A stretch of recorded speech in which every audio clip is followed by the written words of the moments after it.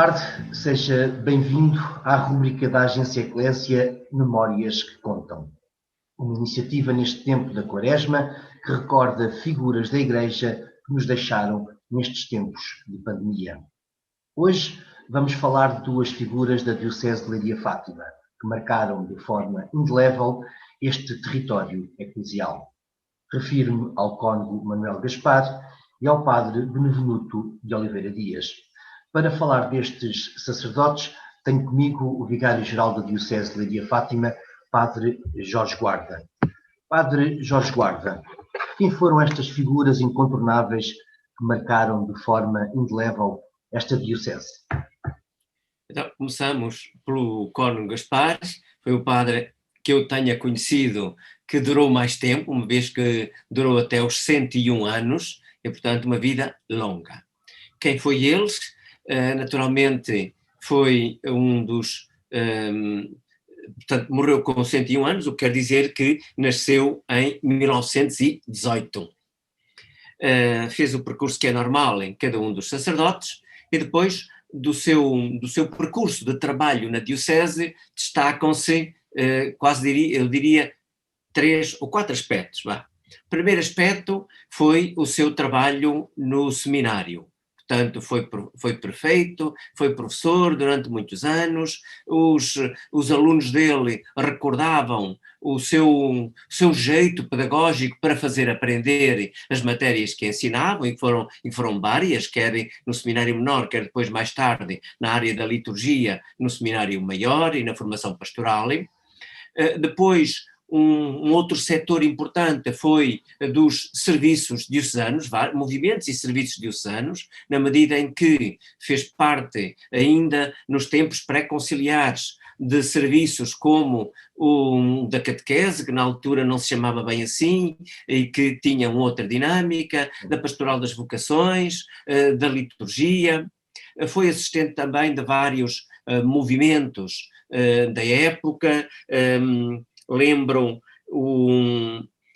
a Juventude Independente Católica Feminina, chamada JICF, os Cruzados de Fátima, que era um nome antecedente do atual movimento da Mensagem de Fátima, ainda, portanto, este aspecto também de assistência aos vários movimentos. Naturalmente, depois, quando foi pároco, teve maior envolvência ainda neste aspecto ao nível paroquial. Depois, o seu trabalho... Um percurso muito interessante, então, visto que era multifacetado. Era.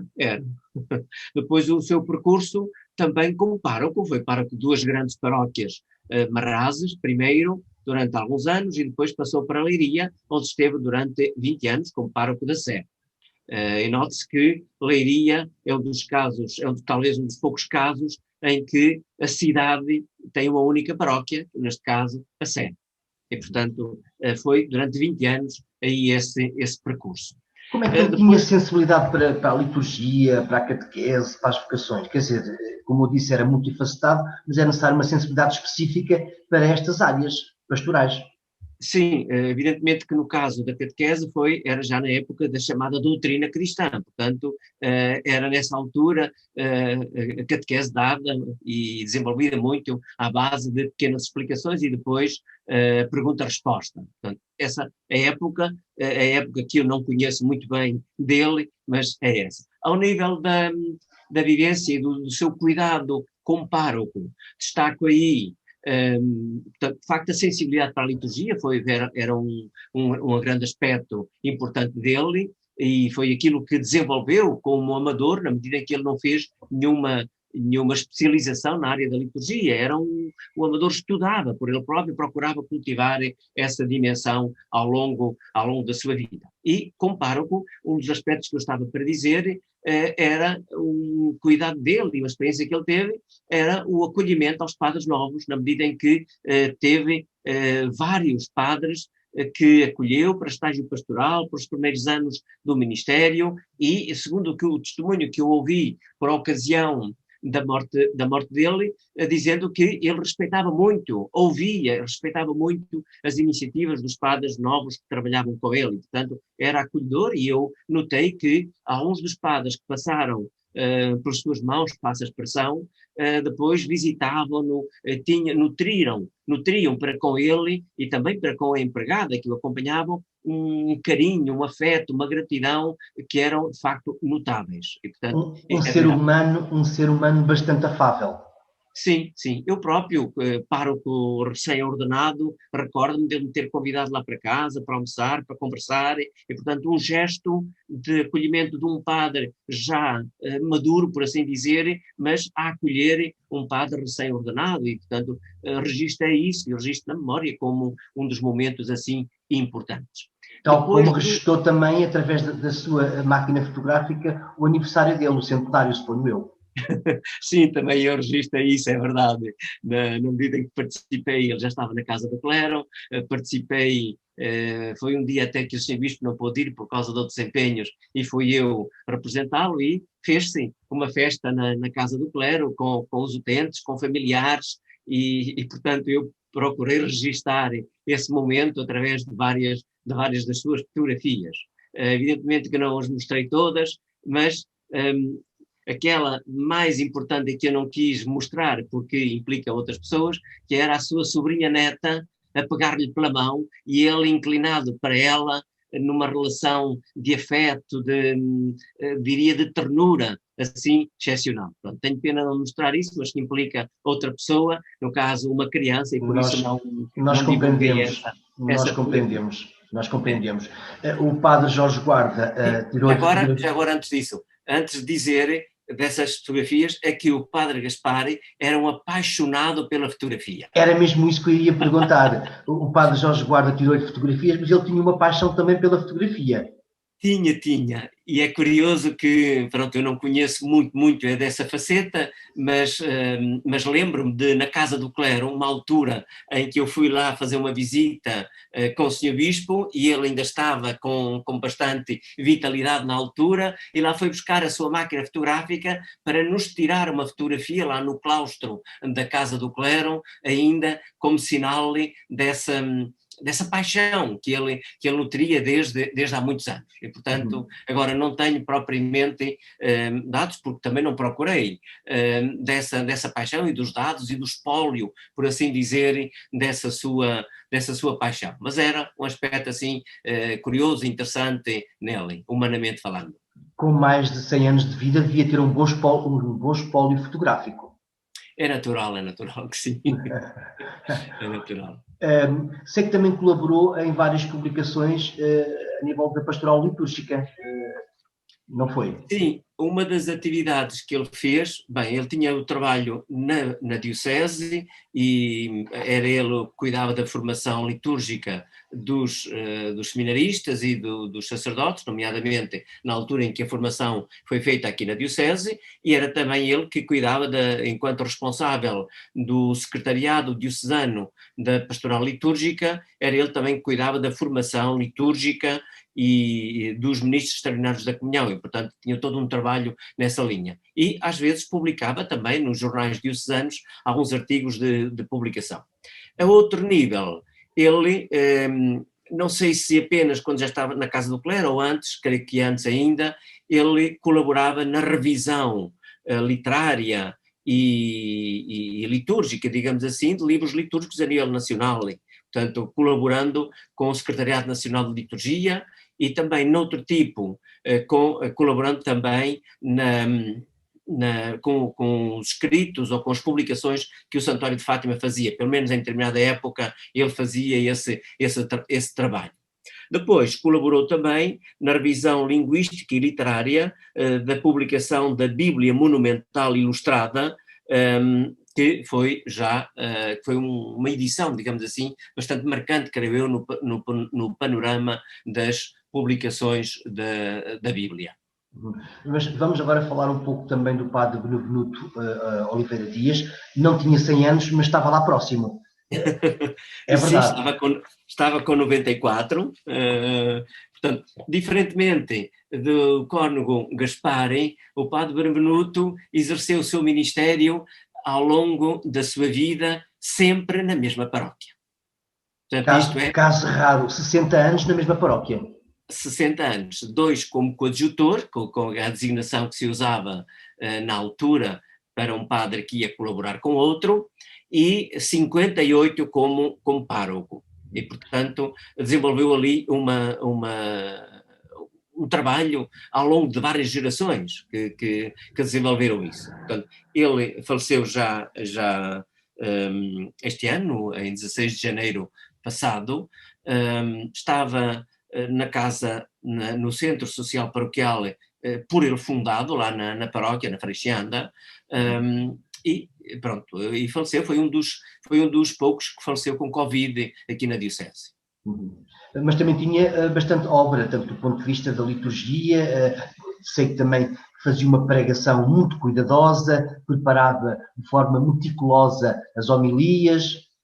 Sim, então, da sua atividade, destaca-se de facto o cuidado com a liturgia, procurava executar com rigor, com gosto, com sabedoria. Entre isso estava o cuidado com a música, com o grupo coral, com o toque do órgão. Ele gostava, exultava quando podia ele próprio ir tocar o órgão e acompanhar um ou outro cântico, sobretudo se havia celebrações que eram presididas por outro sacerdote ou em alguns dias especiais. E, portanto, cuidava muito desse aspecto. Recordo-me também, neste aspecto da liturgia, não tanto já da Eucaristia, mas da liturgia das horas, quando ia às reuniões vicariais, ele preparava as músicas todas para a oração da hora intermédia que os sacerdotes faziam, com as músicas, e ele animava essas celebrações com os colegas sacerdotes da liturgia das horas. E com que empenho ele fazia aquilo em cada mês em que se reuniam os sacerdotes.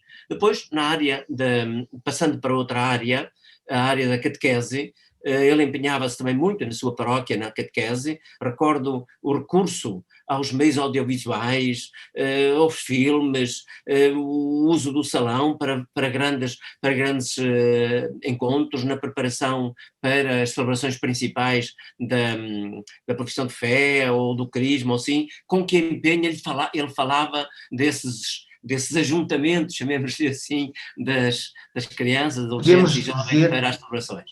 Podemos dizer que era a era digital do antigamente, estes meios, neste caso, estes meios audiovisuais. Sim, de certa maneira ele procurou estar conforme as suas possibilidades à altura dos tempos e, portanto, procurar também esses meios para cativarem os adolescentes e jovens. Depois, na área social, a sua grande obra foi, de facto, a fundação e o desenvolvimento do Centro Social Paroquial, com as várias valências que tem, não só para a infância, mas também para os idosos, um lar, com centro de dia, com apoio domiciliário, com próximo, creio eu, ou até mesmo uma centena de pessoas. Portanto, ali utentes nestas várias valências do centro social. E depois construindo uma paróquia do interior, construindo um edifício enorme, adaptado às finalidades próprias. Portanto, e naturalmente não apenas ele, sabendo também reunir-se das pessoas que com ele colaboravam para conseguir levar por diante esse empreendimento. Isso assim. Depois uma outra marca importante nele é o suscitar de vocações sacerdotais, religiosas, missionárias. São dezenas, umas largas dezenas de homens e mulheres que se entregaram no sacerdócio, alguns de empenho na diocese, outros como missionários de várias congregações religiosas e missionárias, mulheres também, que pelas mãos dele, pela catequese e por outras vias, ele ajudou a encontrar a sua própria vocação. E curiosamente é ainda no tempo dele que se reúnem todos os anos, praticamente, os consagrados da paróquia da Freixianda. E, portanto, reunia aqueles que era possível congregarem, 20, 30 ou não sei quantos mais. Era um viveiro vocacional a Freixianda. Efetivamente, eu tive a ocasião de participar pelo menos num ou dois desses encontros e a memória do padre Benevenuto vinha sempre ao de cima pela mão, digamos assim, pela inspiração que ele teve para com esses homens e mulheres que se entregaram a Deus em diferentes congregações. Sei que também tinha uma preocupação especial pelo mundo rural, tanto que lançou a Ação Católica Rural naquela paróquia.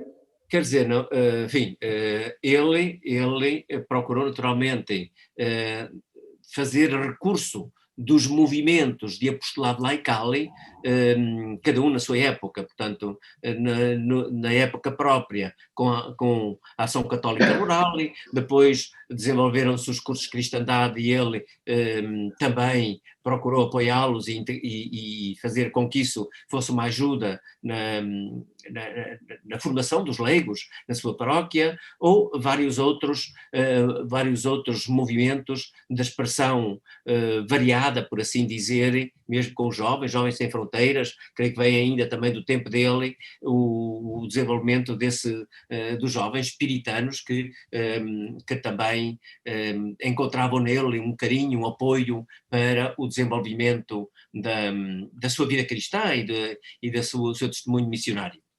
Sei que também a menina dos olhos dele, segundo consta, era o jornal que ele fundou, o Jornal da Freixianda.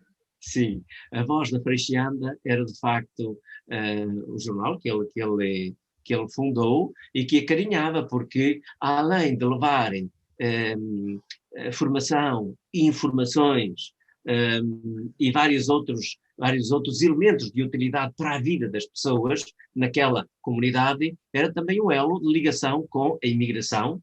A Freixianda tem muitos imigrantes, e também com os missionários, que naturalmente, estando longe em África ou noutros países, recebiam a Voz da Freixianda, e isso era um eco importante. Ainda hoje, na Voz da Freixianda, há um missionário jesuíta que todos os números, todos os meses, colabora com esse jornal e que vem já desde esse tempo.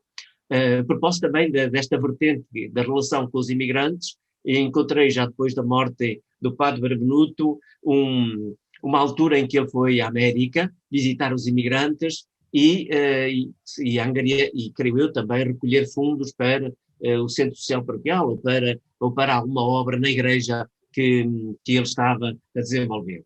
E aparece a certa altura um grande elogio da parte dos imigrantes ao padre Benevenuto e ao apoio que ele lhes dava e a ligação que mantinha com eles. Padre Jorge Guarda, muito obrigado pelo seu testemunho acerca destas figuras incontornáveis da Diocese de Leiria-Fátima. Continuação de bom trabalho. Até amanhã. Obrigado também da minha parte e por esta oportunidade e por dar a conhecerem alguma coisa destas figuras do presbitério de Leiria-Fátima. Muito obrigado.